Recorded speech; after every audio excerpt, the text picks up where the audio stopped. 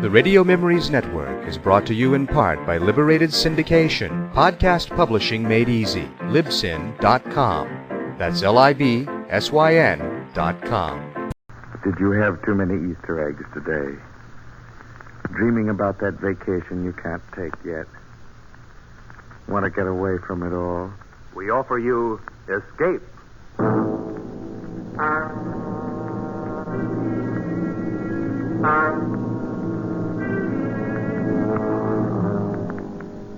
You are groping your way slowly through the dark hold of a ship at sea, moving carefully, step by step, searching intently for something you dread to find, because you know that this ship carries a cargo of death.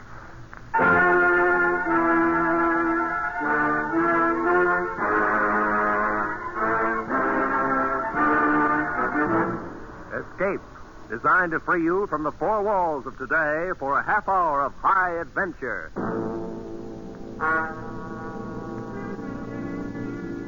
Tonight, at your request, we bring back one of our most popular escape stories. We escape to a harbor front in Venezuela, and a grim voyage which started from there, as told by Martin Storm in his gripping tale, A Shipment of Mute Fate.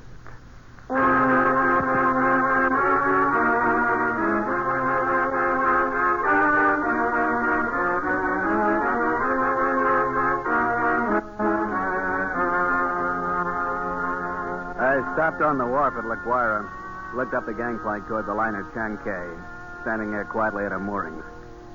The day was warm under a bright tropic sun. The harbor beyond the ship lay drowsy and silent.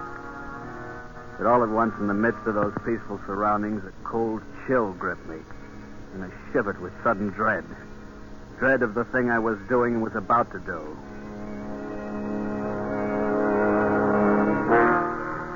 Too much had happened to turn back now. I'd gone too far to stop. I set the box down on the edge of the wharf, placed it carefully so as to be in plain sight, and within gunshot of the captain's bridge. I knew what I was going to do, but I couldn't forget that a certain pair of beady eyes were watching every move I made. Eyes that never blinked and never closed, just watched and waited. I turned and started up the gangplank. Oh, it startled me, sir. Why, it's Mr. Warner. Hello, Mother Willis. How's the best-looking stewardess on the 7th Sea? Why, I'm fine, Mr. Warner. I guess I'd better run along now. Get on with my chore. Oh, now, wait a minute. That's a fine greeting after 2 months. It's just that I'm so busy. I don't believe a word of it. Sailing day's tomorrow. You're simply avoiding me, that's all. Oh, no, really, I'm not. And on the trip down from New York, you said I was your favorite passenger. But I'm only... Here. What's that you're carrying in your apron? Oh, it's nothing. Just supplies. Supplies? Let's have a look. No, please. What? It's a cat. It's Clara, Mr. Warner. Mr. Bowman said I had to leave her ashore, and I just couldn't. Who's Mr. Bowman? The new second mate. Clara's been aboard with me for 2 years, and I just can't leave her here in a foreign country, especially with her condition so delicate and all. Yes, I see. Well, I hope you get away with it. You won't tell anyone. Not a soul. As a matter of fact, if things don't work out right, we may both end up smuggling.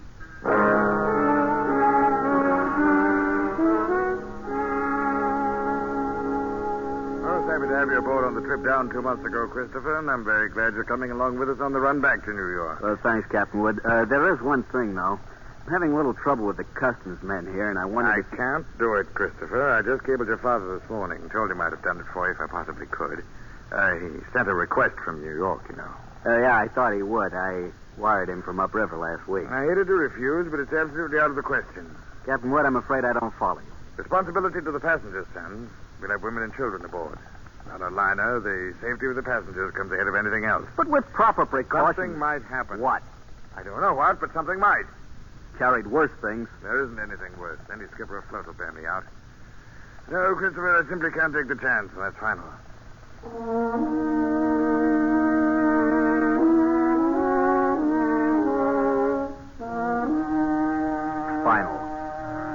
wasn't final if I could do anything about it.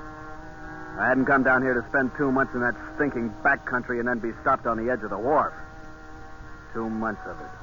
Heat, rain, insects, malaria. I'd gone clear in past the headwaters of the Orinoco. Traveled through country where every step along the jungle trail might be the last. Sanchez! Si, Senor Wonder. Better start looking for a place to camp. Be dark in a little while. Si, senor. Very soon we'll turn to Red. Camp on rocks by water. This very bad country. This very bad country. We've been saying that for 10 days now. Very bad country. Si, Senor Warner. This very bad country. Yeah, skip it. For all the luck we've had so far, it might as well be Central Park. Central Park? I don't understand. Never mind. Yeah, what's the matter? Quiet now. Sanchez, what's wrong? They're in the past. See, Bushmaster. Bushmaster. The deadliest snake in the world. Bushmaster. Latin name was Lachesis muta. Mute fate. It lay there in the center of the path, a 10-foot length of silent death, coiled loosely in an undulant loop, ready to strike violently at the least movement. Here was the one snake that would go after any animal that walked, or any man. It lay there and watched us, not moving, not afraid, ready for anything. The splotch of its color stood out like some horrible, gaudy floor mat lying there on the brown background of the jungle, waiting for someone to step on it. Here was what I'd come 2,000 miles for, a bushmaster. The natives captured the snake, and Sanchez brought it to me in a rubber bag. He was shaking so hard I thought for a moment the thing had struck him. One thing you make sure, Senor Warner. No turn him loose in Venezuela. Because he know I the one who catch him. And he know where I live. All right, Sanchez, I'll keep an eye on him. He also know you pay me to catch him. All the time he watch and wait. He'll no forget that, Senor Warner, because he no forget. Not ever.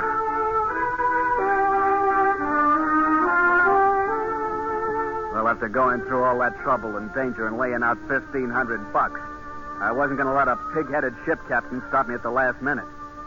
At least not as long as the cables were still in operation between La Guaira and New York. Good morning, Captain Wood. The boy at the hotel said you wanted to see me. That's right, Christopher. Sit down. Thanks. Seems you weren't willing to let matters stand the way we left him yesterday. I'm sorry to go over your head, Captain Wood, but I had to. The museum sent me a long way to get that snake. I'm not going to be stopped by red tape. This will be the only live bushmaster ever brought to the United States. Yes, if I had my way. But... Orders are orders. Got a cable from the head office this morning. All right, Christopher, suppose we talk about precautions. I'll handle it any way you say. You've got to have a stronger box. That crate's too flimsy. Well, it's stronger than it looks. That wire screen on top would hold a wildcat. But anyway, I bought a heavy sea chest this morning. We'll put the crate inside of it. Sounds all right. Got a lock on it. Yeah, a heavy padlock. It's fixed so the lid can be propped open a crack without unlocking. Snake's got to have air. In dirty weather, that lid has to stay shut. I'll take no chances. Fair enough. We'll keep the thing in my inside cabin where I sleep. You can't have it in the baggage room. And nobody on board is to know about it. Whatever you say, Captain. We won't have any trouble after all. It's only an animal that doesn't have any magical powers. I saw a bushmaster in the zoo at Caracas once. They had it in a glass cage with double walls. Never moved. Just lay there and looked at you as long as you were inside. Enough to give a man the creeps. You didn't know they had a bushmaster at the Caracas Zoo?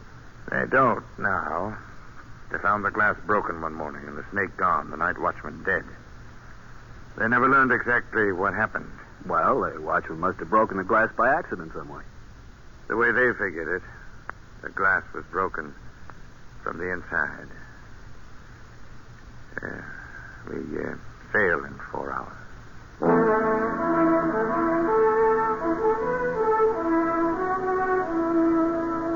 Into the Caribbean with perfect weather and a sea as smooth as an inland lake. The barometer dropped a little on the third day, but cleared up overnight, left nothing worse than a heavy swell. But in spite of the calm seas and pleasant weather, I found myself feeling more and more often an ominous foreboding. I was developing an almost unnatural fear of that snake. Stay clear of the passengers pretty much. Got the habit of dropping into Captain Wood's quarters several times a day. Kept the heavy box underneath his berth. Approach it quietly and shine my flashlight through the open crack. Never once could I catch that 12-foot devil asleep, or even excited. He'd be lying there half coiled, his head raised a little, staring out of those beady black eyes, waiting. It'd still be like that when I turned away to leave. Maybe that's what bothered me. That horrible and constant watchful waiting. In the name of heaven was he waiting for? Well, hello there, Mr. Warner. Oh, how are you, Mother Willis? My, but you and the captain spend an awful lot of time around this cabin. I'm beginning to think the two of you must have some guilty secret. No, nothing like that, Mother Willis. I don't know about Captain Wood, but I certainly don't have any guilty secret.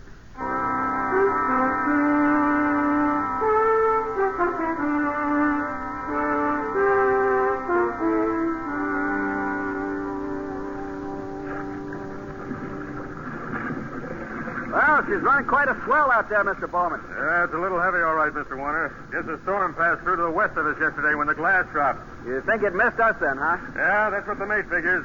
Sure stirred up some water, though. This will put half the passengers in their bunks. They'll keep Mother Willis so busy Hey, look at the size of that wave. Huh? Great Jehoshaphat, we're going to take it on the port bow. Hang on!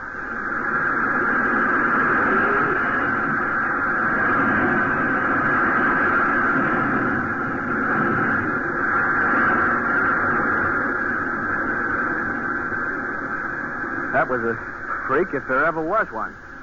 Not another wave that size in sight. Oh, you see them like that sometimes, even in a calm sea.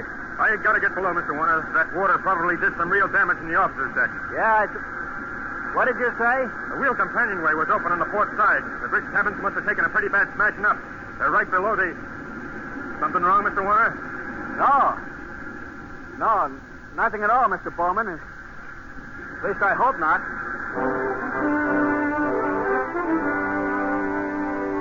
I didn't stop to find Captain Wood. Of course, I know it was only one chance in 1,000, but the chances against that freak wave were 1 in 1,000, too. I stumbled down the companionway and along the passage to the captain's cabin. Oh, come in, Mr. Warner. Mother Willis. My, isn't this cabin a mess? Trying to get some of these things out to dry. Yeah, well, I just wanted to... Where's that box that was under the captain's bunk? Oh, that? Well, I just threw it out on the deck. What? Well, the desk over there slid into it. It was all smashed. But the small box inside of it, what happened to it? Oh, they were both splintered, Mr. Warner. Broke wide open. No. Oh, Mr. Warner, you're white as a sheet. Mother Willis, go find Captain Wood. Tell him to come down here immediately. Well, of course, Mr. Warner. I'll go tell him right away. I can finish up here later. I pulled open the top drawer of the bureau inside. Took out the captain's flashlight and loaded pistol. Mother Willis had left a mop standing by the door. I put my foot on the head of it and snapped off the handle. Every move I made turned into slow motion. I could hear my own heartbeat. Slowly, I started to search the cabin. Sodden heaps of clothing and furnishings were scattered around on the wet black floor. I punched at them one at a time, holding the gun cocked, flashlight pointing along the stick. Nothing. I worked around the room, throwing the light into the dark corners, back of the desk, under the bunk. Wherever I turned, I could feel those cold, unblinking eyes at my back, watching, waiting. Using the stick, I pushed open the closet door and threw the light inside. Carefully, I poked at the boxes and junk on the floor. Snake was not in the closet. Inch by inch, I covered the entire cabin. And only then a horrible realization began to dawn on me. Captain Wood. Mother Willis just told me. Well, Christopher, it's happened. That's right, it's happened. I see you found the gun. We better start searching the cabin here. Captain Wood, I just finished searching it. Oh, then. Women, kids, and that thing loose on board. 1,000 places for us to hide. Heaven help us, Christopher.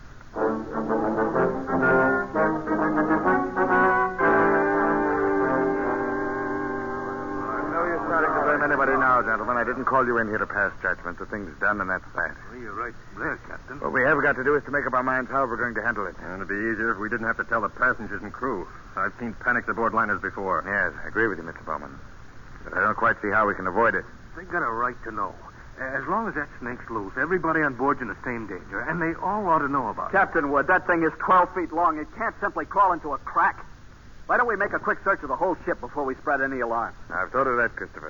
As far as I can see, the only place it couldn't be is in the boilers or on top of the galley stove. Well, it might have crawled overboard. We can't count on that. We've got to assume it's on the ship somewhere. Yeah, and that could be anywhere. In a coil of rope, on a deck chair. Fire bucket or in a pile of clothes. Yes, under some woman's berth or a baby's crib. You've already said it. Bushmaster could be anywhere. We've got to do something. We've got to do it fast. All right. I think the best idea is to follow Mr. Warner's suggestion and make a quick search first. You agree to that? Right. And if we don't find it, we'll have to warn the passengers. We've got to find it.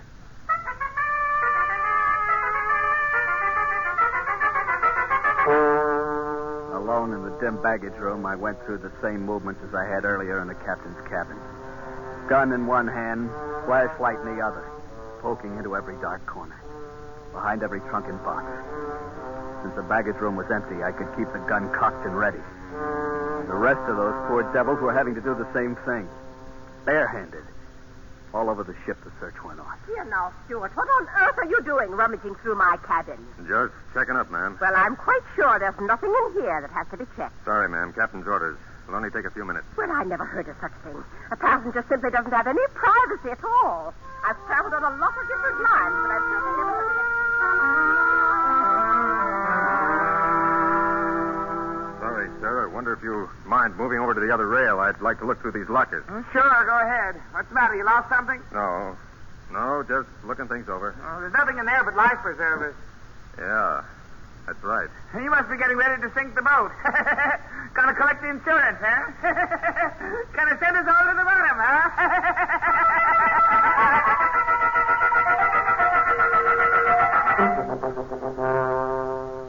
But not one of us could find that deadly shape, coiled in some dark corner or outstretched along a window seat.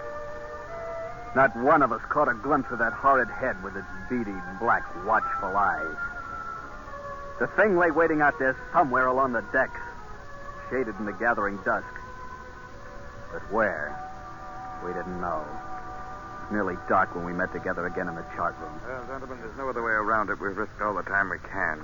We've got to warn the passengers. How'll we do it, Captain? To call them all together in the lounge? No, if we did anything like that, we'd be asking for a panic. We'll get one, whether we ask for it or not. We pick a few men and go through the cabin decks. Tell them individually, inside the cabins. Watch for any that act like they might cause trouble. We'll keep an eye on them. Handle crew the same way. Right, Captain. As soon as you're finished, arm all the deck officers and start searching again. Our only chance of preventing a riot is to find that damnable snake.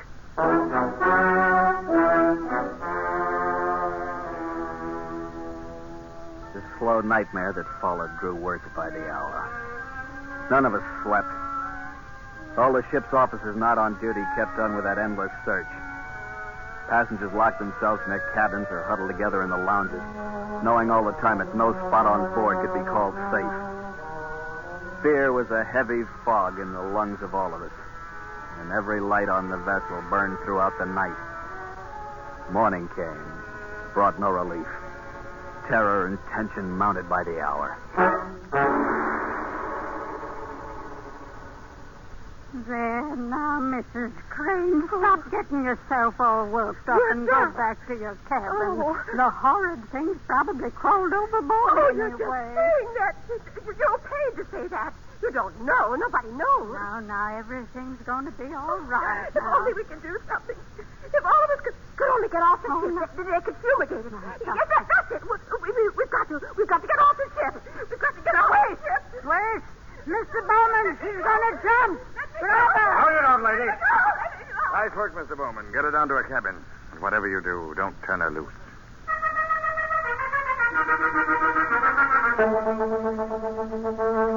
You never know when it might Striker. You can't put on a coat or move a chair without risking your life. Something's got to be done. It might be right here in this lounge. Yeah, all right, Mr. Bell. Better quiet down and take it easy. Take it easy. You're a great officer. Why don't you do something about it? That thing might be crawling around here right under our feet somewhere. I said, shut up. Are you trying to start a panic? I got a right to talk. I don't want to die. Nobody's going to tell me what.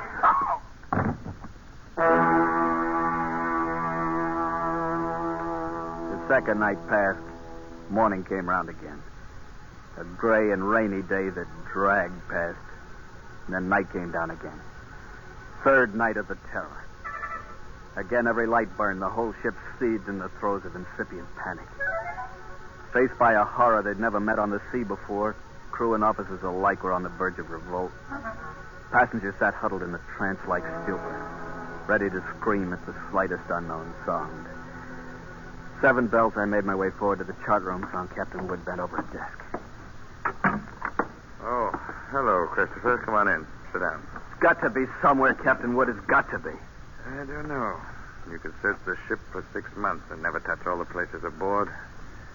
If we can only hold out for 2 more days, we'll be in. What's the Home Office say? Use the latest wireless from them. Keep quiet and keep coming. What else can we do? How is it on the decks? Pretty bad. Anything could happen. Yes, that's why I took the guns away from the men. 1 pistol shot and we'd have a riot on our hands. Whole thing's my fault, Captain Wood. That's what I can't forget. Take it easy. Now, if there was only some way I could pay for it myself alone. No. I know how you feel. But it's no more your fault than mine, or the man who asked you to bring that snake back alive. Nobody planned this. You better try to get a little sleep, boy. Sleep? Mr. Bowman made some coffee down in the steward's galley a while ago. Why don't you go on down and get yourself a cup? Then rest for a couple of hours, huh? Rest? I can't rest. Christopher, it's not going to help anything if you stumble through a hatch half asleep and break your neck, is it? You go on and get some coffee. One way or another, we've got to hold out for 2 more days.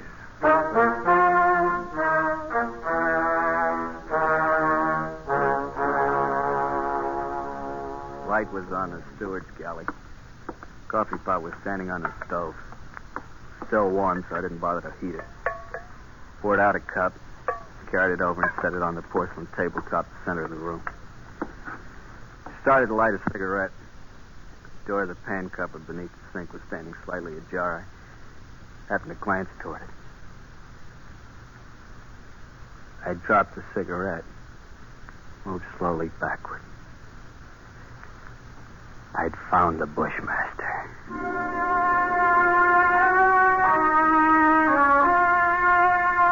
As I moved, the snake slid out of the cupboard in a single sinuous glide, drew back into a loose coil on the galley floor, never taking his eyes off me. I moved slowly back, waiting any moment for that deadly, slithering strike. How had he known it was me?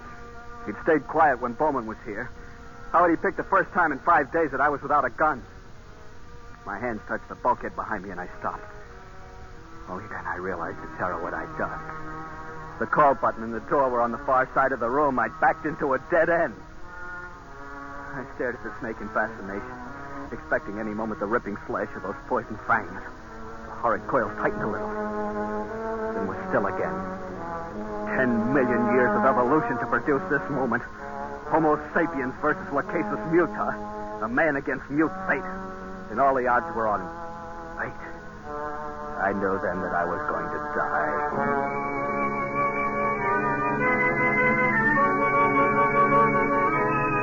I could feel the sweat run down between the painted walls and the palms of my hands pressing against it. My skin crawled and twitched, and the pit of my stomach was as cold as ice. There was no sound but the rush of blood in my ears. The snake shifted again, drawing into a tighter coil, always tighter. Why didn't the devil get it over with? Then, just for an instant, his head veered away. Something moved over by the stove. I didn't dare turn to look at it. Slowly, it moved out into my line of vision. It was a cat.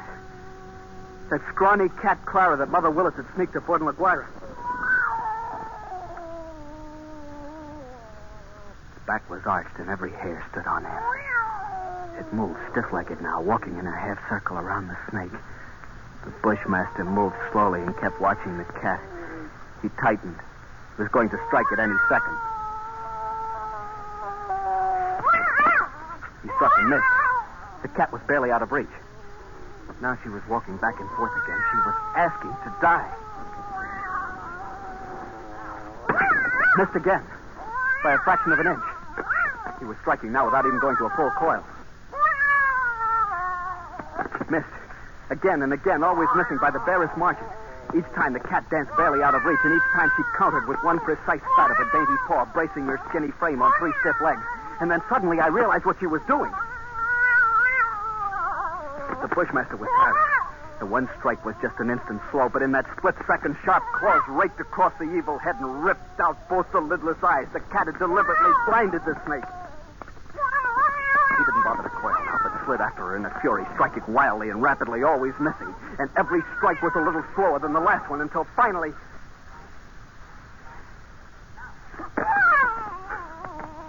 As the snake's neck stretched out at the end of the strike, the cat made one leap and sank her razor-sharp teeth just back of the ugly head. Sank her until they crunched bone.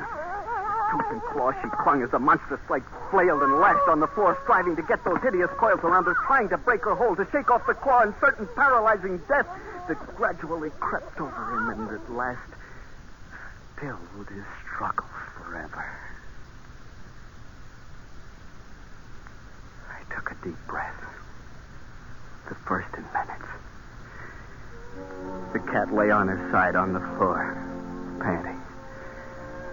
Resting from the fight just over. She had a right to rest.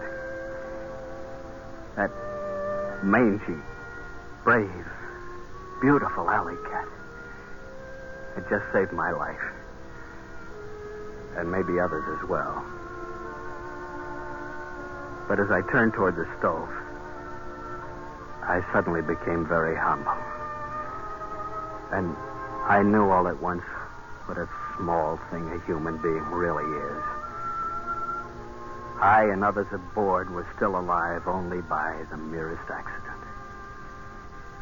There were 3 reasons why that cat had fought and killed the world's deadliest snake. And those 3 reasons came tottering out from under the stove on shaky little legs. 3 kittens with their eyes bright with wonder and their tails stiff as pokers. Up on the decks, hundreds of passengers were waiting for the news that the days and nights of terror were ended. They could wait a little longer.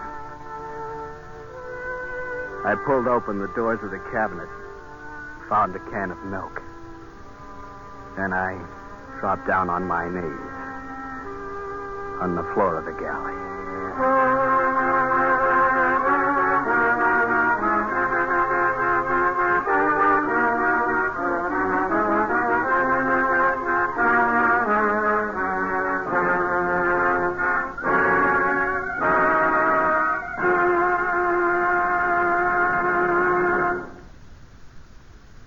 Escape is produced and directed by Norman MacDonald, and tonight brought you A Shipment of Mute Fate by Martin Storm, adapted for radio by Les Crutchfield, featuring Harry Bartell as Chris Warner, Barry Kroger as Captain Wood, and Peggy Weber as Mother Willis, with Don Diamond, Sarah Selby, and Frank Gerstle. Special effects by David Light. The musical score was conducted by Wilbur Hatch. Next week... You are hanging by your fingertips on the sheer face of an ice cliff, suspended 2,000 feet above instant death, with your strength running out, and with no chance for escape.